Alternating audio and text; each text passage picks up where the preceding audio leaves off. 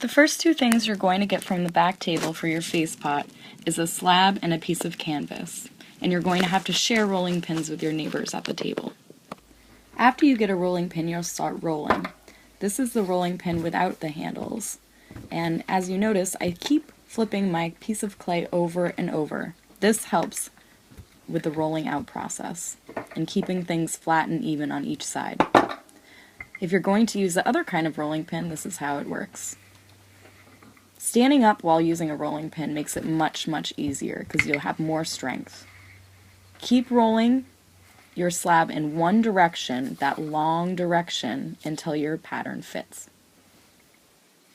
This is what your slab will look like when you're ready to cut it out.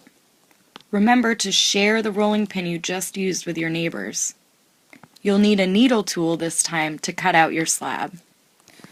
Use the needle tool to cut out your slab. Try and keep the needle tool straight up and down as much as possible because that will help your angle and your cut.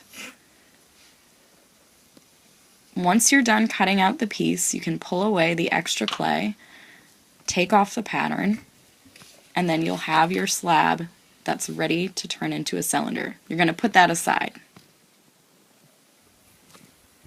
Now you're taking your extra clay and rolling it up and pressing it out. Some of that extra clay for the bottom of your face pot. Just press it out like it's a cookie shape. And press it flat with your fingers as much as you can. Then you're going to use a rolling pin to roll out the rest of that slab. It needs to be circular and bigger than the diameter of your face pot. Keep flipping it over to get an even consistency. Should be about as thick as your face pots.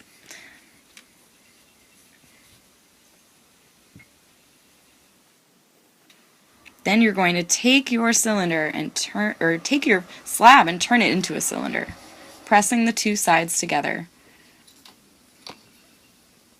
You're going to take your scratching tool, either a fork or one of the tools in the slip containers, and scratch each end of the cylinder if you want to create a seamless face pot.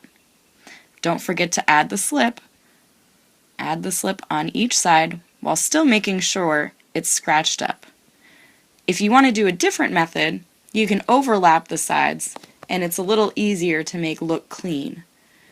Just scratch on each side the pot will be touching, so one side and then the back of the other side, and just overlap them like that instead.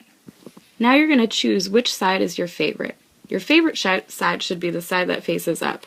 Place your cylinder onto your slab and take the needle tool to trace around, just so you know how big you need to score and slip on. Then take your cylinder off, take the scratching tool, scratch up right underneath where that pot will be attached.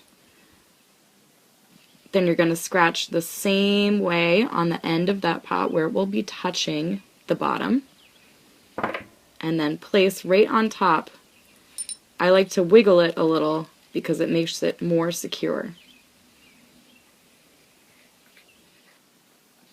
Now I'm going to cut out my cylinder, taking the needle tool, using it pointed up and down as much as possible, dragging it along the sides, and leaving a little bit extra, just in case. I can always take off more, but if I take off too much, I might have a little hole in the bottom of my pot. Just pull away the extra clay. Then you're going to smooth out your seams for the final time. If you want to smooth out the inside seams, then you're going to get a paintbrush, a rough brush that I have in a container, and you can use that on the bottom inside seam and the side seam on the inside if you can't reach it. Now you're all finished. When you're done with your face pot, put it on top of your name on the blue tray at the end of the classroom.